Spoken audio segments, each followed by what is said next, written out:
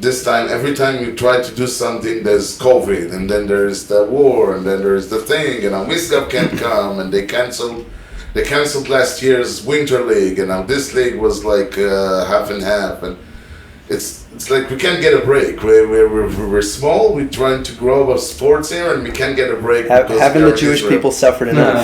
Yeah, exactly.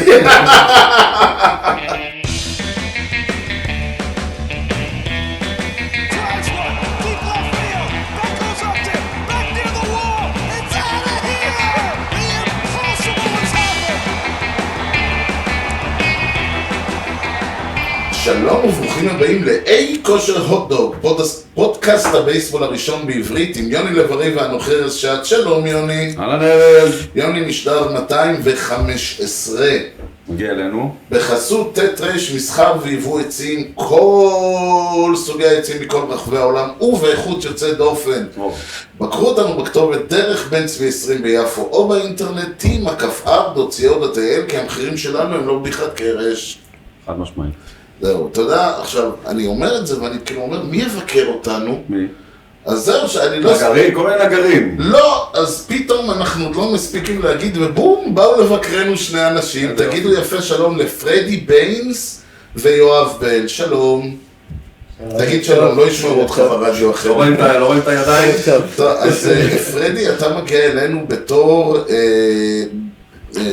התואר, אם אני מבין נכון, זה הוצאתי מהאתר, זה Beneficial Dictator for Life of the Israeli Academy. משהו כזה. וואו. כן, כן. וואו, פוצץ. כן, Benevolent Dictator for Life. ויואב בל, אתה אחד הסרפס שלו. אני עשיתי את התה.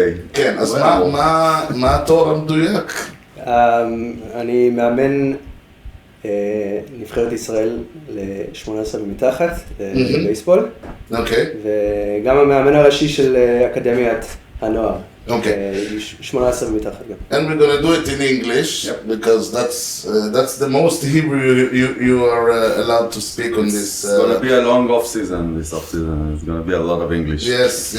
Yoni, you will be able to communicate in the United States with your own brother, by the way. Yeah, it's like...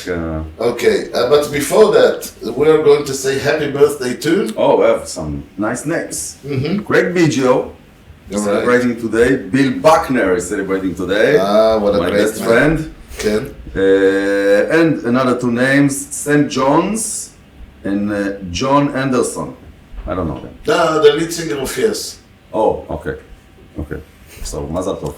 So, and the question is, name the first player since 1900 to lead both leagues in home runs and triples in the same season. Okay, both leagues to lead the majors. Yeah, but that's the question. Did he lead the majors or was he traded and led or something? No, I don't know. I don't think so. I don't think that's the thing. Okay. But I don't know. So we have E-names. E-names. Each one will have to pick a name. All right. We have Willie Mays. Oh, that's a good one. We have Stan the Man. That's another good one. We have George Brett, which is a little bit also later on. Jim Rice. Also a good one. And the Mick. The Mick with the manual. The Mick with the mental, yeah. All right. Okay. That's another good one. You're the visitors, you should home runs and triples. And triples, yeah. In the same year? The majors, the same year, yeah. It's to be a power and the glory. And quick guy, yeah. Both the power and the glory. I feel like Willie Mays is a good guess, but maybe it's a little bit too obvious. I think also. Nothing is too obvious. He was the Mick. No, I remember him and Willie Mays were on the first home run derby, and he was also known for his speed. Yeah. So everyone, both Jim Rice, Jim Rice, as we all know, has ran a marathon. The marathon, yeah. He ran a marathon in home runs around the bases.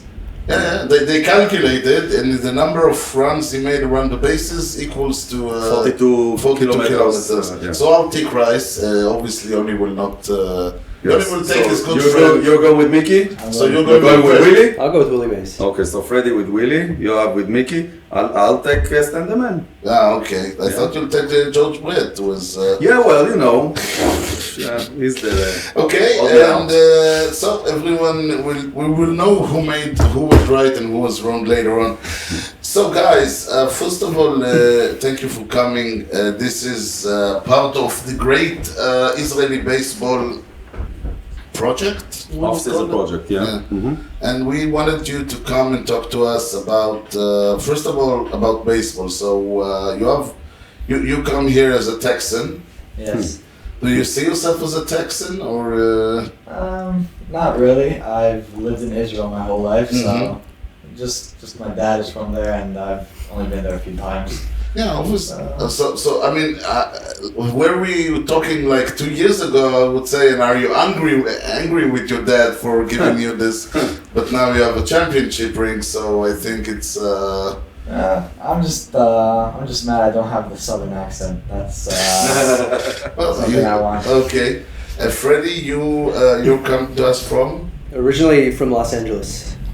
So you're a Dodgers fan. Dodger fan. Born and raised.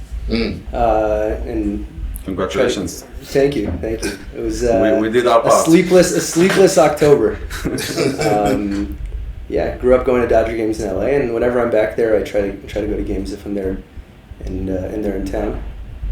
So Freddy, so you not only watched baseball, you also played baseball in the US. Yeah, so I started playing when I was 7 years old. Which was when, what, 10 years ago? Yeah, something like that. I was 7 years old. I went to my first organized baseball tryout on Fairfax Avenue at the baseball field there. My mom took me, Right. and they sort of evaluate every kid and then place them on different teams. And I remember I threw out my arm in my first tryout. So and I went home crying. That's how you do it. So, but I ended up being placed on the Giants, which upset me at the time. Okay, that was a good one. And it was coach pitch, and my dad was an assistant coach on the team. And the head coach would be the one who would pitch to all the kids. Like you'd pitch the kid, the coach would pitch to their own players. Right. But whenever I would come up to bat, I would call time and ask my dad to come pitch to me. So I think I peaked early. I hit like 857 that year. And I started keeping track of stats back then too. Yeah. And then you did your baseball career ended, and then you came to Israel, or did you come to Israel and which killed your career in baseball? No, so I continued to play, and once I moved to Israel and played on some national teams. Which was, how old were you? I was 11 when I moved. Was tough? What's that? Was tough? It wasn't too hard because we moved to Renana, so. All right, yeah. The California of Israel. Exactly, yeah. So I continued playing here for the local Renana team and for the national team as well. Right. I played in 6 tournaments for the national team up to the U18 level, and then I started coaching once I finished high school. With whom did you play? Some nice names. Some nice names. Who did I play with? The Moore brothers. Zevin Eitan. Right. Who else would you get? Ofer and I played on a couple of national teams together. A friend of the show, Ofer. Yeah. Another Ranger. So how did you become the coach of the U18, whatever it's called these days? I toppled the previous regime. That's what it was. Yeah, I did. I told him it's going to be an investigation about that. No. So you basically was assistant coach, and then you went to the boss, and you badmouthed the coach. Exactly. Yeah. That's the way to do it. What's going on in Syria now is a little bit concerning. Let's just say this is how most Israeli coaches progress in life. They become assistant coach, and very soon, when the coach is dubbed, they are becoming the coach. Yeah. So I started coaching. As soon as I finished high school, pretty much. I was coaching the local junior league. I coached a little bit with the U12 national team. You retired playing? I played a little bit in the PL after that, but once I started my military service, I started coaching, and then 2 years ago, 2.5 years ago, whatever it was, I took over as head of the U18 program. Well, what position did you play? For the national team, I pitched and I played first base. For my local team, I played short. I pitched, but for the national team, I was So you pitched, and first you were in charge of the pick-off attempt. Right, exactly. You can do that. Yoav, so you obviously, as retaliation to your dad who forced you to be a Rangers fan, you decided that you were going to carve your own way in baseball. Yeah. So how does a kid from Modi'in comes to be interested in baseball other than watching it? Because I mean, is there a local team? Yes, there's a local team. My dad used to take my older brother to the park and play baseball. Yeah, Israeli legend Taibel. Yeah, and I would tag along. I don't remember any of this. This is before I can remember. And that's just how I started playing baseball. And I started playing in the league when I was 5, and I've played ever since then. So in Modi'in, or did you? In Modi'in, I've played for the local team since then, and I play on national. I started playing national team. So somebody comes to you and say, "Listen, you're good. We want you on the national team," or do you need to? I mean, Ty started playing in the national team. I don't know how he got into it. And all of a sudden, one day you just came and you started playing, and nobody said it's like the Jobs Costanza, man. show up. Yeah, you show up. Okay, Freddy, how did the magic happen? How do kids who excel in baseball are picked to play in let's call it the national teams in the low levels and the academy? So the way it works is that every year at the beginning of the year we'll ask all the local coaches to recommend a number of players from their local teams to come try out for the academy national team program, and based on that we choose the top players for the program. So let's say, how was your love chose? Was there some sort of debate, or did you all know? Okay, he's protection. Yeah, I mean, you're afraid of his dad. That's what it was. Right. And what do you play on? What positions? As if I don't know. Pitcher, third base. And what do you prefer doing? Yeah, the other side. I prefer to pitch. Yeah. Righty? Yeah, right. Yeah, they're all righties, I mean, that's like two lefties, right? Yeah. In our league, what the fun part is, you can be pitcher, you can be fielder, and you can bat like lead off or clean up if you're good. But eventually you're gonna have to choose. So you will want to be a pitcher, or do you think you can? I haven't decided that yet. Last year, it was kind of decided for me that I was going to be a pitcher. Right. But and I like that. I mean, pitching. I enjoy pitching. Facing the batters. Well, obviously. What do you mean by decided for you? Walk us through this thing. I mean, my coaches saw me more as a pitcher than a hitter, and I kind of agree with that. Last year's me, and this year I want to become a hitter again because I really enjoy that too. But I haven't decided yet if I want to be a pitcher or a hitter in the future. But the thing is, practicing as a pitcher and as a hitter, two different things. So. I mean, it's a lot of work, to do both. But pitching and hitting mechanics, if you do both, you notice that they're mostly the same. Just everything, your hips, your legs, everything is really the same. But it's a lot, and. Do you think being a pitcher makes you a better hitter, or being a hitter makes you a better pitcher, or the two are like completely irrelevant in your mind? I mean, I think some of the drills that I do pitching might help my hitting. The way I move my body as a pitcher might help my hitting. Because I remember somebody famous, I don't remember his name, who said that when he started hitting in the National League, once people were, pitchers would bat once upon a time, and he said he realized how hard it is to hit the ball. He became much more aggressive as a pitcher because I don't have to be afraid of them. They're hitting like once every 10 pitches I throw. So, but that's the thing. He says being a hitter made me a better pitcher because I became less afraid. So okay, maybe not yet. And plans for the future in this, or let's play and see? Let's play and see. I haven't really decided yet. I've still got 3 years. Big leagues. It's always if it's there, it's there. I mean, So, Freddy, is this like your day job, being the coach, or are you moonlighting in? It's my night job. I'm also a student at Tel Aviv University. Oh, okay. So a student. That's Studying what? Studying economics and applied math. Oh, it's a tough one. Well, math will help him calculate Yeah, that's the true. That's That's that's exactly good. right. That's what I Moneyball and all that. exactly. The big question for me is because you're a coach of a team who plays in a league, but you're also coaching like well, you're supposed to develop the players. So winning may not be the most important thing. Right. And I always say that because you see, like in football, in soccer, Israeli soccer, you have in the juniors, the guy just want to win, so he puts all the kids as strikers and win 10-0, and they can't, do defense or anything. Right. So, but then again, you want them to excel. You want them to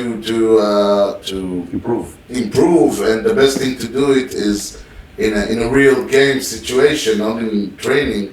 How do you balance the two? Right. So it's a tough balancing act because on the one hand, we show up to win every game in the PL, and we tell the players that too. Like we want to win this league, even though it's not our number one priority. Right. These are all players that are part of the U18 national team program, and they have their sights set on winning bigger tournaments, international tournaments. But we also do need to focus on their development, and it means getting more guys involved in every game, and sometimes pulling a pitcher in order to get another guy innings. So it's something that we have to find a balance. Yeah, which is why I never criticize you for switching players, despite the fact that as a somebody who watches the game, I'm like, why are you pulling this guy off the 3 innings? He's great. He's winning you the game. Yeah, well, I actually love making substitutes just because it pisses you off as the official scorer. Yeah, we know. You're not the only scorekeeper that I've managed to piss off because. Yeah, I came to Josh, the commissioner, and I'm like, listen, is Freddy's coaching next season? He said yes. I'm not keeping score anymore. We were at a tournament in Germany a year and a half ago, and there was an Italian scorekeeper there who we're actually going back to this tournament in April. I wonder if he'll still be there. He was sitting in the score booth smoking a cigarette the whole game, and every time I'd make it, like he wasn't really paying attention to the field either. So every time it's on video too. I'm next to the scoring booth, like jumping up and down, like trying to get his attention.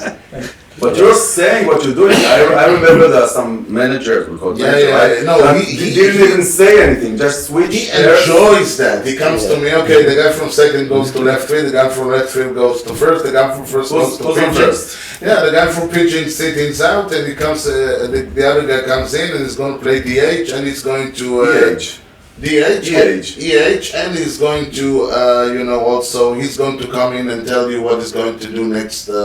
Play, and I'm like, I can't control that. Are you okay with this? The guy is insane. You started on pitching, you may end up, I don't know, on the other team, batting ninth or something like that. We can make a trade mid-game. That would be something. Yeah, we've discussed it. I remember in the Savannah Banana, there was a guy that played all 9 positions in 1 inning. Yeah, right. We have Nathan Bash who once coached one team and pitched for the other. Oh, that's nice. Yeah.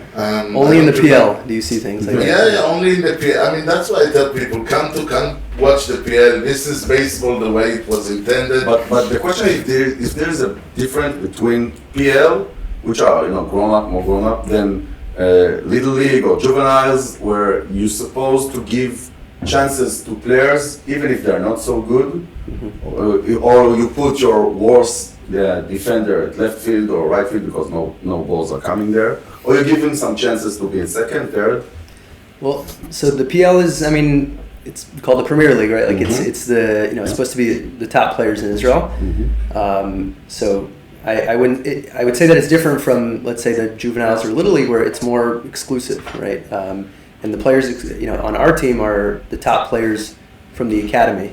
So, I wouldn't say there are any players that are. You're supposed to have 9 guys who can bat, field, and. Right. I wouldn't say that there are any players that are, extreme liabilities. If your pitcher is killing you, you will relieve him. Maybe not immediately, but you will relieve him. You won't say, okay, it's a learning experience. That's your game. Lose us the game, Right. Something like that. Right. Yeah. We like having a lot of pitchers on the roster, and we like having guys, stretching and tossing early in the game, because, like I said, like we want to try to win every game, and we never want to leave a pitcher out there just to bleed out on the mound. What was that? Maybe the finals or the semifinals, and all of a sudden you jumped up and you screamed at your outfielder, "I don't care how strong your arm is, you did not," and that was like, "You did not miss the cutoff," something like that. That was beautiful. We got to throw through our cuts. They know that. Yeah, that was beautiful. I was like, see, that's. I think you're making a good balance. All joking aside, the question is the fact that baseball is a game of failures makes this easier to dance on both. Right. Does it make it easier? Yeah, I mean, the expectations are set ahead of time, with regards to the PL. The players are all on the same page and they're all bought in, and they understand that there are going to be games that we're going to lose, and it's at the end of the day, it's about their development as ball players, right? Like, there's a big difference in the way we approach our game planning and the way we manage our team versus how other teams manage their teams, because the players they all understand that the PL is another way for them to develop as ball players, not necessarily. It's not their big leagues. But I understand that they have to give their A game. Yeah, of course. This is the way to learn. This is the way to develop. Of course. Yoav, is the idea that you're basically playing a game in which the margin of error is the biggest in all known sports, that you're going to you will walk players and you will deliver the big hit, and you may not be you may end with 0 out of 4, and that's okay. That's part of the game. Failure is the name of the game. I mean, Yeah. Are you okay with it, or is it just well, I'm a baseball. That's my life. I mean, anytime you go 0 for 4 or something like that, there's always something to learn. Yeah, I'm 0 for life, and I haven't learned anything. So at least you can learn something. I mean, you look back, you ask your coaches what you were doing wrong, and you improve on it. I mean, baseball is a game of improvement. You improve. There's a lot of things in baseball, and you improve. And going 0 for 4 happens. It happens to big leaguers. It happens to me. It happens to everyone. And the way that if you deal with it, then that shows that you can be a better baseball player. And if you don't, then you throw your helmet. You're out of the game. You're just not with it. Then you're. You taught him well how to answer questions. I briefed him before this. Yeah, I noticed. Nukalush. Yeah. So before we move to other players, do you have any major league players that you follow? Not just as a fan, but also trying to be like them, play like them, copy their swings or their. Yeah, I mean, a player that I like right now is Josh Young, third baseman for the Rangers. Right. I don't know why I like him. Yeah, he's a third baseman. Young. Yeah, he's young. Young is young. He's young, I think. Young. Yeah. Yes, young. He was injured last season, right? Yeah, he was injured. Missed most of it. Do you see yourself more as a Josh Young or more as an even Carter or whatever his name is? Evan Carter. Or Nathan Evaldi. I mean, I see myself more as a Josh Young. Actually, Evan Carter. Role models in your team at the moment, I think. I'm not exactly the fastest guy. No, that's okay. I mean, actually, if you compare like Seager and Simeon and Carter and what was the name, Jonah Heim, you have some good role model players to watch. And I mean, like you look at every player, and every position seemed to be filled with some good players that can really hit. And disappointed that nothing happened this year, but. Yeah, well, can't win them all. Yeah, that's the Rangers for you. You have World Series hangover. That's what it was. I would say last year was a blip. Technically, I mean, every year we started. Why is the Rangers having the third highest payroll in baseball and still won't get to the playoff. That was every year, one time they proved us wrong, which was amazing. Okay, so speaking of payrolls, Yoni, are you ready? Yeah, I'm ready, but for what? Let's start with the player that will bring in the big money. Your player. No, your player. Mine. Yeah, give us a prospect. Give us a. Oh, all right. Okay. So the list up until now was we had Red Lauder, the pitcher for the Reds, Baba Chandler, another pitcher for the Pirates, Jacob Wilson, the shortstop for the A's, just A's, Kevin Matthews, Rangers, pitcher for the Rangers, Dylan Cruz from the Nationals, outfielder, and Agustin Ramirez, the catcher of the Marlins. Okay. The new name is Matt Shaw. He's a shortstop. He's 23 years old, plays for the Cubs. He was just at the Premier 12s in Japan. He was playing for Team USA. Oh, you see, you can add some stuff here. He didn't move in this trade, right, to Houston. I think he can. No. What was his name? Wait up. Let's see. Cam Smith did move, and we're going to talk about him next week, I think. He's rated 31 in Baseball America. He was picked in the first round of 2023 draft, number 13. Yeah. Now the Cubs have a shortstop. Yeah, that's true. That's the question is if they're gonna play with him positions, move him in the infield somewhere else, or gonna use him as a chip and trade him somewhere.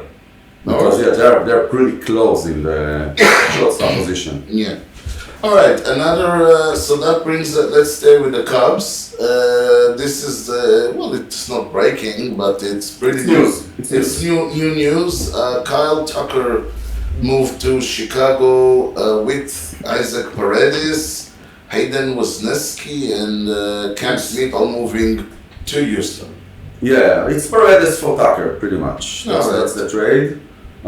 Which opens third base, so, you know. Yeah, okay. Basically it says, we talked about the Cubs basically going for some sort of,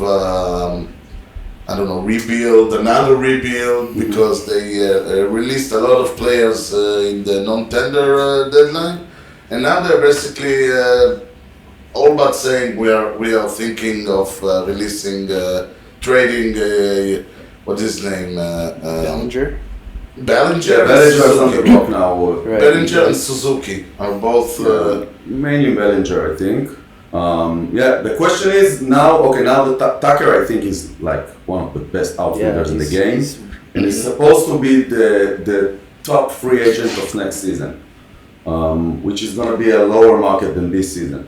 So I think the Cubs will try to lock him in and give him an extension during this season, maybe the off season even.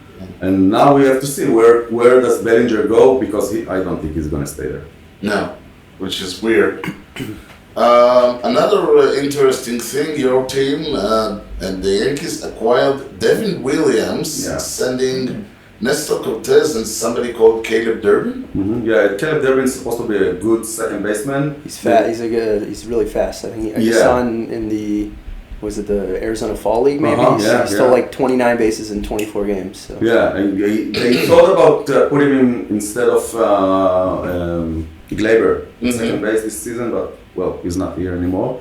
We need a closer, so we don't have a closer. Well, obviously Nestor Cortez is not good as a closer as we saw. And the minute Max Fried signed, it was pretty sure that they're gonna move somebody at the pitching rotation. Okay. I think that Nesty is the best option to do it. Okay. Loaiziga is also re-signed. Yeah, we played like 20 games in the last 3 seasons together, so. But still, I mean, just for putting Team Israel in the WBC, he should. I think the Jewish vote got him a contract in New York. We're with him. All right, Max Fried, as you just said, signed for the Yankees. 8 years to 18. Yeah. Well, I think it's a very good move. For everyone, I think. The question is if he's going to stay healthy. If he's going to stay healthy, he's a great pitcher. He's a lefty. I don't think. I think in the last 3 seasons, he's missing some time. Everybody does. That's true. Bobby Benz doesn't. Yeah. So He's still on. I think if you compare the Fried contract to like the Snell contract, I mean, again, I'm looking at this as a Dodger fan, but like Snell got a lot fewer years. I mean, the Yankees had to commit 8 years to Fried, whereas Snell they gave 5. The Dodgers gave Snell 5. And I also think that Snell just has like far more upside. Like I think Snell's A game is better than anybody else's in baseball. but he has Snell also is a on. basement. Right, that's right. Fried is very, very solid and much more reliable, Very much know what you get. consistent. Right. Yeah, and I mean it's kind of the Dodgers were always more open to, let's call it, the Tampa Bay version of baseball, where you don't live and die, which is weird because they have like somebody like Clayton Kershaw, one of the last pure aces in the game. They don't live and die on the idea that their starter will throw 6 to 7 innings. They're willing to. They won the championship with bullpen games. Right. So a player like Snell, who you know will not throw over 5 innings, if Most pitchers doesn't anymore.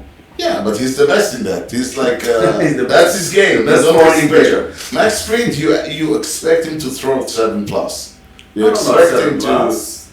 Why not? But I think it was relative to what the market is giving. I think it was a good deal for the Dodgers. The numbers are crazy. And I think the Dodgers are just going to make a 10-pitch rotation. That's the way they work. They know 4 pitchers are going to go on Tommy John. That happens every year. So they got Ohtani back. So. All right. Gerrit Krosche transferred to the Red Sox. Do you think it's a big deal? I do. I think that's, once again, the Red Sox are I said Red Sox must remember that they are like the 3rd or 4th biggest club. Start paying big money. Sign Burns, sign Fried. No, they trade. They trade over. Wait up, we just started. I don't know if this is. I think the Oscar Hernandez is going to come also. I think so. I don't know. It's I nothing don't that I know. But I think now that they have like a big picture with them, and there's a lot of young core with Carter Crawford and with Duran Duran, or Duran. His name is Rio, and he dances on the I don't know. It feels to me. I mean, I'm willing to. They are supposed to be one of the other 2. I mean, this is really silly. It's like they are the leading runners in Corbin Burns. Well, yeah, until somebody else makes him an offer. Yeah. I don't know. I expect the Red Sox to pay up to pony up more money. Speaking of ponying up more money, Juan Soto has landed the.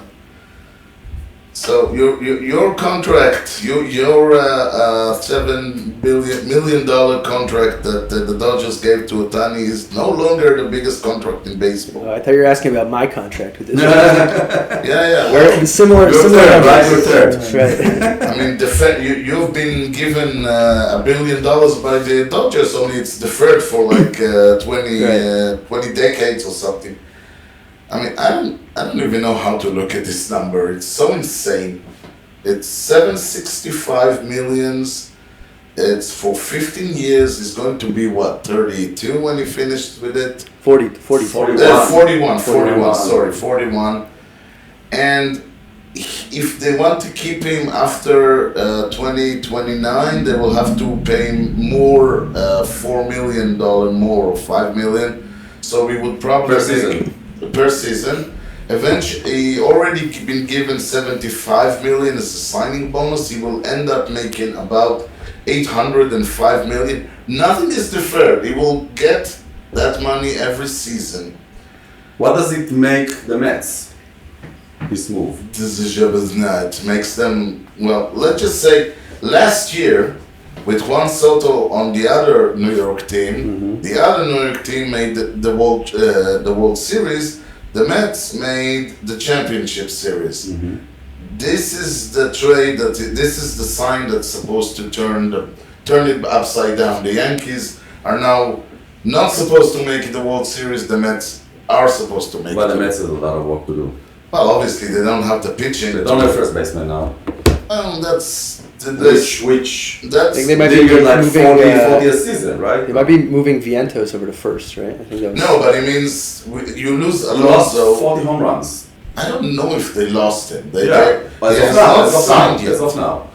And the thing is, And 3 starters, right? yeah, they need starters. They need starters. Juan Soto is great, but you really need starters and maybe another bat, which they may have. I mean, the kids, they have show potential. I mean, the guy, Mark Vientos, may be a good power bat, but no, it's obviously just the beginning. But that's the thing. I mean, the question was, why did Juan Soto sign with the Mets? I think he felt that the Mets wanted him more than everybody else. I think he looked at the offer and said, Yeah, the that's offer more was the money. best. Yeah, the offer was the best. The thing is, this was made because Steve Cohen said, whatever it takes, this guy, he told Boras, I don't know, but it feels like he told Boras, whatever you want, I'll give you more. And he gave him this offer. He gave him that $5 million a year after 2029. He gave him the signing bonus. He gave him a suite. He gave him a free suite, which is about about $10,000 in average. Gave him a suite, free suite, $10,000 on average for every home game, so he can bring his family, because Soto asked for it. If Soto would wanted, a personal chef that would import Dominican delicacies and make them, he would have got it. Because that's the thing, Steve Cohen wants a guy, this time he's going to get it. And it's really, it's kind of weird to be on that side of the After he missed on Yamamoto and he missed on Ohtani last season, now we had to show that he's here. He's still here. I think the Mets spend more than 100% of their revenue. Like Steve Cohen likes to spend money. Yeah, I know, and that's the thing. They always they've been overpaying on their revenue. But the question is, I don't know if anyone is worth $700 million. Ohtani, you can say, is a once in a generation talent because he can pitch. He's an MVP on both sides. Is Juan Soto worth this amount of money? Is he like, let's say, if Juan Soto is this generation's Barry Bonds, yes, he's worth millions. But if he's, this generation's Cecil Fielder. No, he's better than that. I think Soto's arguably the best hitter in baseball right now. That's what I think, but he's a once in a generation talent. Like the point is to have players like Juan Soto, So he was on the market, and Steve Cohen said, "We're going to get him no matter what." Yeah, I think that next time we're going to have a player like this who is a free agent, like 600 million plus. It's going to take time. All right, that's good. We had like 3 seasons with Judge, with Ohtani, and with Soto. It's unique. It's not going to happen. Why do you think the Yankees did not try to? They did. They stopped at 700 million. It's not like... No, they stopped at 760. 760, even more. It seems that Soto just wanted to go to the Mets. I think that's probably what it was. Like the Yankees made very, they made enormous offers, and he just seems like he wanted to go to the Mets. Now, you said he wanted to be the number 1 player, not the number 2. Yeah, that's another thing, I think. I think that being in the shadows of Judge is not something he wanted. He wanted to be the franchise player. And I know that the Mets have Lindor. It's not the same. No, it's going to be the Pete Alonso to Lindor's, to Lindor's Lindor. It's going to be the second... It's going to be the franchise. It's going to be the A-Rod to the Derek Jeter. So it's going to be like the biggest paid star. I think the Mets. I don't know if he wants to be a leader. I don't know if he wants to be like the guy who he wants the lights to be on him. He likes the lights to be on him. No, I have no problem with that. That's a different thing than being the leader, than being the in captain. New York, the lights were on somebody else. In the Yankees. With the Yankees. All right. Yeah. All right, so you're saying when he says my job is to get on base for judge, and I think that's the 2025 just starting, and Lindor is the biggest Met. That's for now. 1 more season, 2 more seasons. I think Soto is going to be the guy. No, I would be very happy to when that happened. 2 other things, another two great players, Andres Jimenez and Willie Adames. Andres Jimenez went to the Blue Jays in a trade, and Willie Adames signed with the Giants. Are you sad? No, it's because we really thought he was going to be with the Dodgers. We really thought he was going to the Dodgers. The Dodgers made some moves to free up shortstop. I was, as a Dodgers fan, I was pretty glad that he did not sign with the Dodgers. Really? Adames is a good player, but I think he got a little bit overpaid. I mean, good for him and good for the Giants. Which happens every player. Yeah, of course. But I think the Dodgers have enough talent that they didn't need to overpay for Adames. And I mean, it addresses a big need for the Giants. I mean, they really. I think it's a great signing for them. For them, it's a good. No, it's a great signing. I think he's really good. He has the leadership. He has the bat. He has the defense. Great guy in the clubhouse. He can't pitch, but then again. Well. All right. So before we move on, Yoni, I think it's time to hit the experts. To hit them. All right. And I'm gonna ask you, and this is I'm gonna ask you guys a lineup. This is a lineup that a real game that happened between 1998 and last season, and feel free to pop in when you know the answers. We have to know which teams and which season. Yeah, I So can tell you it's going to be the batting order of a. I'm giving you the batting order of both sides and the pitching. And you'll have to guess the teams and the year. And there's an interesting twist about both teams, which I will not reveal at this moment. Ooh, there's a twist. A twistish, a very minor thing. Okay, so the away team started with Alberto Calaspo, maybe Callaspo, okay. Third base. Second player, Howie Kendrick, second base. This is the Angels. All right. Yeah, but Kendrick played like all over, but... Kendrick is That's from... my guess is. All right, he played with the Angels, yeah. Was I supposed to wait till the end, or? Well, Yeah, well, we can drop names. All right. All right. Third was Bobby Abreu, left fielder. Oh, yeah, okay. Yeah. Left field. Left Right, mainly right. Well, right field was the next guy, Torii Hunter. Okay. Your favorite Japanese player, or maybe second, Hideki Matsui. Also, was that's supposed to be 210. I think after he finished with us, to 2009, he moved to the Angels, and I think he played just 1 season. So 2010 is a good option for that. That is interesting. Something like that. All right, number 6 is Mike Napoli on first, Eric Aibar shortstop, then Jeff Mathis was a catcher, and Reggie Willits, the center fielder. It's a good team. Pitcher, Irvin Santana. Irvin Santana, which was Johan Santana, I changed his name in order for them to know that he's not the other Johan Santana. Yeah, It's a great thing. It's a fun fact. It's a good trivia. Jordan Walden, Kevin Jepsen, and Fernando Rodney. So we are in agreement. Yeah. It's Angels. I think 2010. No. Something like that. Yeah. The other team. Here's a name that we have not heard in a few weeks, but then before that we heard him every week, and that is Coco Crisp, center field. Okay, Red Sox. Yeah. The A's or the Red Sox or Cleveland? Second was Derek Barton. That's the A's. A's. Third was Kevin Kuzmanov. Kuzmanov, yeah. And he was relieved or substituted for a position. Substituted. For Gabe Krups. Yeah, pitchers get relieved. Jack Cost was the cleanup, he was DH. Mark Ellis, second base. Oh, Mark Ellis, okay. Jeff Larish, left field to third base. Oh, I see you were the coach. Freddy, Rachai Davis, right field to left field.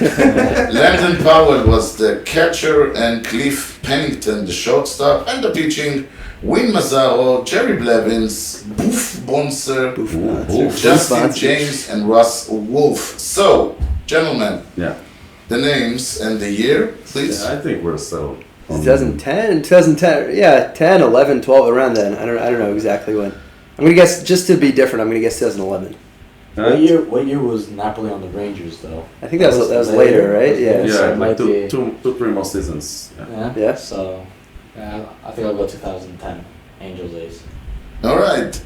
It is the Los Angeles Angels of Anaheim, which is a team that the name has changed, and they play against Oakland Athletics, which also is a changed name. That's the Angels changed names during the game. Yeah, that's the twist.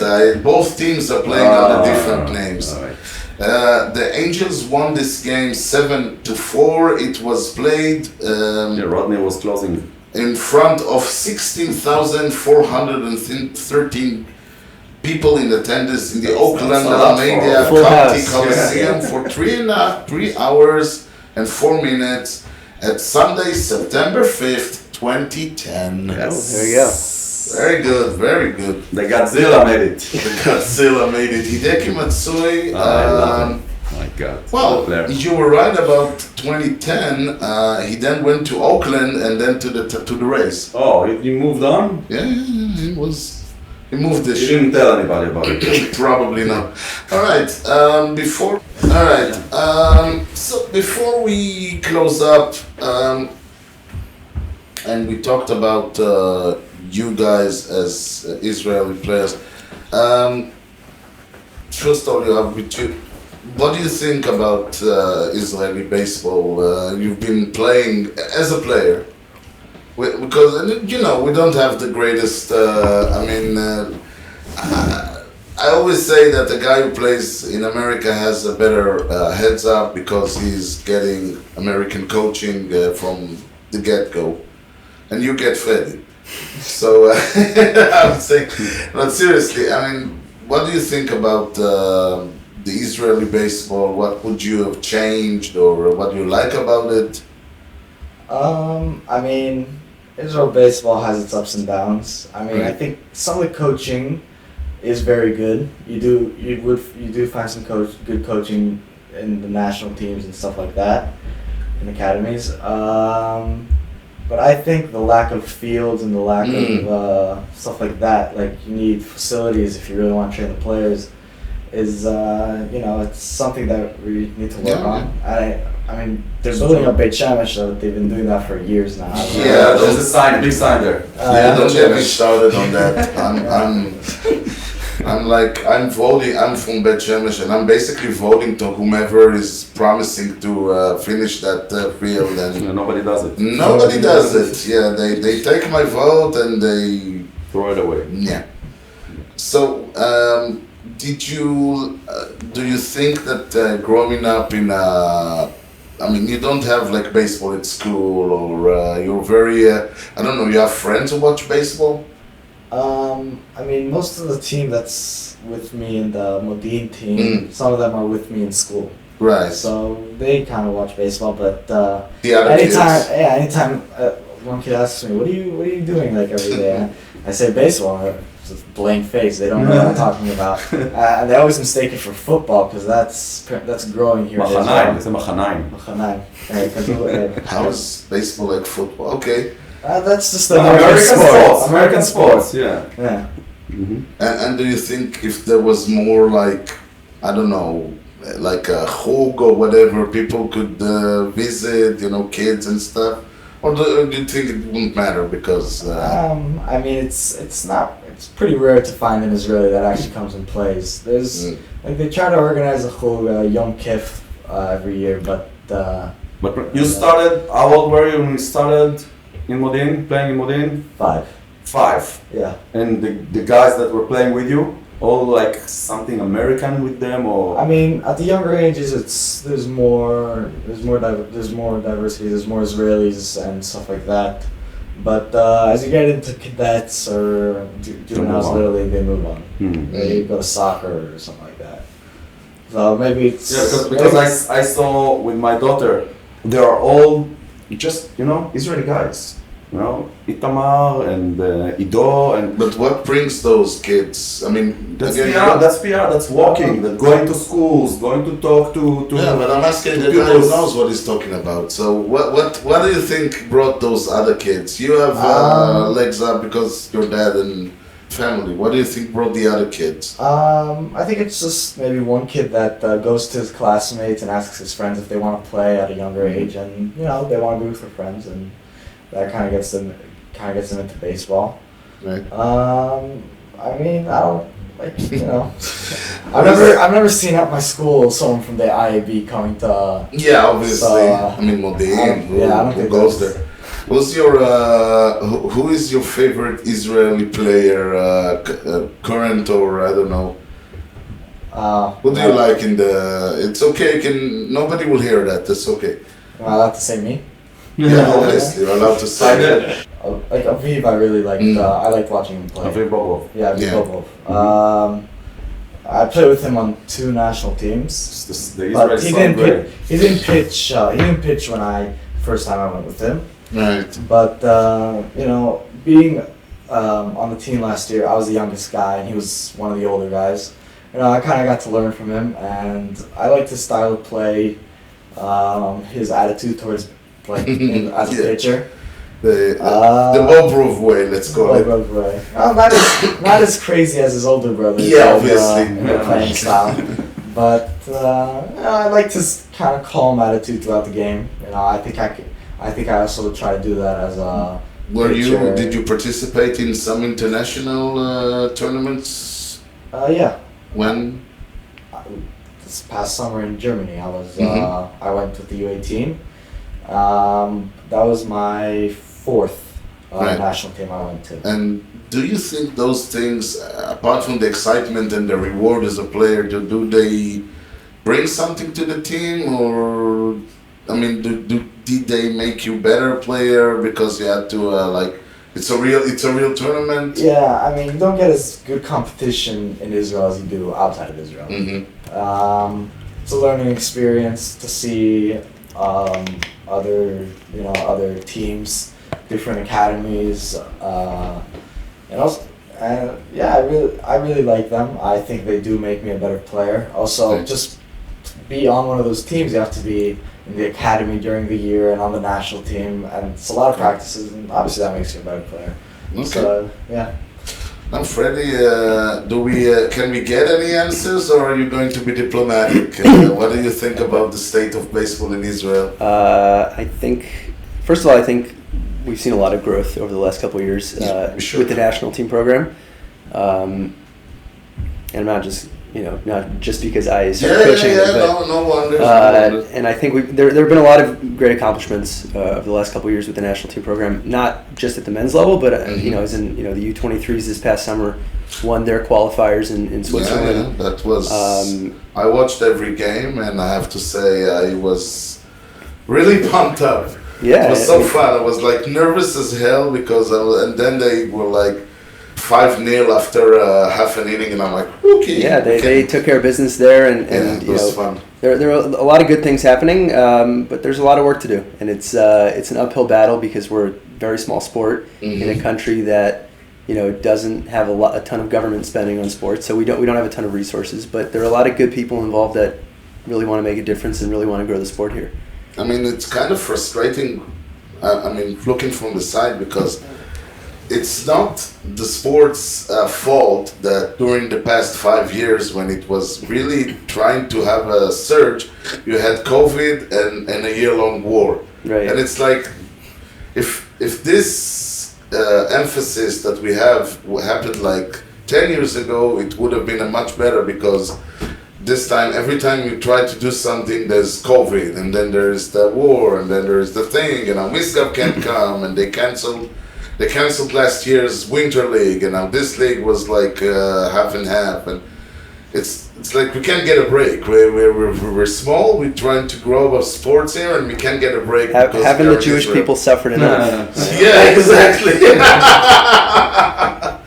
So, but do you think there's a plan in place to let's call it a 5 or 10 year plan First of all, it starts from the bottom up, right? So, it starts with growing the local programs, investing in them and really strengthening not just the national team level, but the local city programs.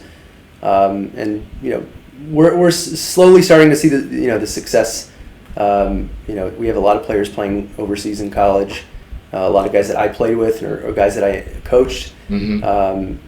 I played with somebody I didn't mention that I played with on the national team was Asaf. Asaf was my backup on the national team. We were in the U15s, so I guess I peaked early. Yeah, well, yeah, okay, that's good. So eventually, I always speak to my players. I tell them that one of my main goals as the U18 coach is to see the Olympic team, the WBC team with players that I'm coaching, that are growing up in Israel. And that's something that's, I think a couple years away, but it's a goal it's something that I believe in. Yeah. I mean, we're always going to have like the Jock Peterson, but we also could have the, whomever is, I don't know, the Aviv Bobos or dare I say the Yoav Bells playing their inning or two. What is the one thing that you really think would help Israeli baseball? The one thing that would help? That we don't have. Or that we should have. I think the Beit Shemesh field will make a big difference. Not just for the Beit Shemesh program itself, but for programs in the area too, for Jerusalem, Modin. Yeah, Jerusalem. So being able to hold, clinics there and to be able to run an academy there. And, the Renata field has already made a huge difference for the Renata program and for... All right, so I guess there's no option. I'll have to... You'll have to run for mayor of Beit Shemesh. Yeah, exactly. Alrighty. Okay, Yoni, anything? Is there a coach or a manager that you look up to? A pro manager or somebody in Israel or like a Joe Torre or I don't know. Well, Dave Roberts is awesome. I think obviously he takes a lot of heat for some decisions he's made in playoffs in previous years, and managing. That happens. Part of managing. But I think the way he manages a clubhouse full of stars is impressive, and the way he conducts himself is really, I think, I'll always watch his post-game interviews, the way he really, the way he answers questions. He's very thoughtful, and you can see that the entire team really respects him. So he's somebody definitely that I try to learn from. Yeah, doing it for so long in Los Angeles, in a place like Los Angeles, it's not easy. Yeah, definitely. All right, and your favorite player? My favorite Israeli player? Sean Green. My favorite Israeli player or my favorite... let's start with an Israeli player. My favorite Israeli player is Asaf. Asaf, I'll give him that's that. good. We're Team Asaf here, so you know. My favorite baseball player it's Kershaw. All right. I was at his first career start back in 06. Whoa. Was it 06? Maybe 08, actually. No, I think he debuted in 08. I was at his first career start, and I'm always rooting for him. What's that? He won? I think he did. I think it was against the Phillies or the Cardinals. Everything is searchable. Yeah. So, that was indeed 08. 08, right. 08. Dodger Stadium? Dodger Stadium. What was it, like May of 2008? I think it was against the Phillies. Was it? I can definitely. It was LA. St. Louis. St. Louis? Oh, St. Louis. Yes, St. Louis. You were living in LA then? I was living in LA then, yeah. He won the game 4-3. His next game was in Mets in Shea Stadium. Still Shea Stadium. Last season of Shea. Which he won 9-5. Your favorite player? Not Israeli, abroad? I said Josh Young. But now we can open it up. It might be, an Astro or what? Or a Royal. Royal, I don't think. Does it have to be correct? No, it doesn't have to be. It can bring... I think my favorite player is Adrian Beltre. That's a good one. Yeah. You see, that's like... It's a good one. Yeah, but it shows you, I would never say because for me it's is too contemporary to be like a great player, but once again, He has to be like in 60s. 80s, 90s for me to be like an old great player. I'm I'm shocked. Okay, we can chat for a long time, but people need to go back home and get ready for whatever they want to do. The week. Yeah, and obviously, unlike baseball, we always know when the broadcast is ending. Not before, Yoni. What happened there? Who was the player who went ahead was selected in the draft and then did not sign? No, that's not that. The player since 1900 that led both leagues in home runs and triples. The first one. Yeah. In the same season. Okay. You said Willie Mays. Freddy said Willie Mays. Yeah. Yoav said Mickey Mantle. Yeah. Erez said Jim Rice. Yeah. I took Stan Musial. Nobody took George Brett. Nobody took George Brett. And the answer is George Brett. Willie Mays. Yeah, there you go. This is the obvious one to me, but there you go. 1955. 51 home runs and 13 triples. Leading for both leagues. Did any of the other guys do that later in the career? The only player to duplicate Mays' feat to date is Jim Rice. With 46 home runs and 15 triples in 1978. He's got the MVP that season. That's it. The only one. What a weird player. Yeah. What do I He win? never did it. That's amazing. Yeah, but triples. I'm leaky. When you miss the home run, it's a double. A triple is... Yeah, in Yankee Stadium there were no... A triple is a double. A triple is a either a home run or a double, yeah. Okay, we shall end with this point. ניתן, יוני, למצוא אותנו באתר בייסבול פודקאסט co.il או ביוטיוב, youtube.com/strudel כושר הוטדוג. תוכלו למצוא את הפודקאסט באפל פודקאסט, ספוטיפיי וכמובן בכל האפליקציות. דרגו אותנו, תנו לנו משוב, סמנו לייק ופרגנו ב5 כוכבים, ככה הפודקאסט יקבל יותר חשיפה אצל כל חובבי הבייסבול שעדיין ישנם שם. פרדי, מה דעתך על חיים כץ? איך הקשר שלכם? Chaim Katz. חיים כץ, כן. What, the former president of Israel Baseball? Former president and Yeah, executive... and a big Pirates fan. Yeah, and executive producer of this podcast. Yeah. עכשיו, אני לא יודע אם אתה יודע, אבל אני כל הזמן מנסה להציק לו, להוציא ממנו quotes, אתה יודע, יוני, הוא ממש נמאס לו. אז הוא אומר לי כאילו, you don't understand, you know what separates you, means me, separates you and being a genius? And I said, what? I said, you. Nice. כן, אז נראה לי שהפינה הזאת בדרך לא, כאילו, הוא פשוט לא עונה לי יותר. אוקיי, בסדר. חיים טוב, ננסה... שחיים התחיל לייצר בעצמו, מה? זה לא פייר, הכל אתה צריך לעשות לבד פה. כן. מה זה מפיק אחראי ככה? טוב, ניתן להמשיך את הדיון בפייסבוק או באתר המאזרשיפ שלנו, חופס, חיים כץ, את הדיון על חיים כץ? כן, אין יותר בייסבול ישראלי. יהיה, אבל יהיה. יהיה, you've lost. נשמע דרמטי. אין יותר בייסבול אין יותר ישראלי. בייסבול, לא היה יותר בייסבול ישראלי לעולם. טוב שהבאנו פה אנשים שידברו קצת על הבייסבול הישראלי. אתם מתכוננים לאפריל? We're getting ready. Yeah. We're getting ready. A lot of hard work in the winter. אוקיי, אליפות תבוא, או שאתה תמשיך לעשות חילופים מוזרים? גם וגם. גם וגם. אוקיי, יוני, משהו לאומה לפני שסוגרים. תודה רבה לשניכם. Thank you for having us. It's been a pleasure. תודה לך, יוני. ותודה לכם על הסנה לאיקון של הודוג עם יוני לבריא בארז שט. בייסבול טוב ישראל. יאללה ביי.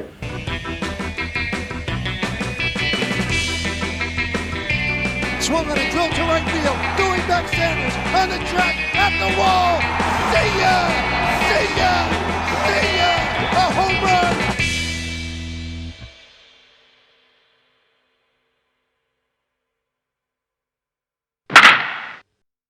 No, I thought you're talking about news. We'll let's ease up. We're going to tell us about this, a young and up-and-coming player that will eventually one day make the big money. Yeah, well, give me... The last guy we talked about was Agustin Ramirez, right? That is correct. So, give me 1 minute. Even two. If you ask me if I'm ready, no. The answer is no. Well, we can move ahead. Okay. Yes? Should we like pause it or? Sorry. זה יכול לחכות 10 דקות או שאתה חייב? Is that alright if I go pee? Sorry. No worries. I was actually going to ask before the podcast. played against the race if there's any in the edits. Like I thought it was edited, but the I championship guess. season. Yeah, no, it was I don't know. it's not live, זה edited. Yeah. ואיך אחרי זה, אנחנו לא אחרי המשדר אומרים טוב בוא נעשה כמה בלופרס בשביל הצחוקים. לא, הם מגיעים לבד. כן, עובדה. אני דאגתי,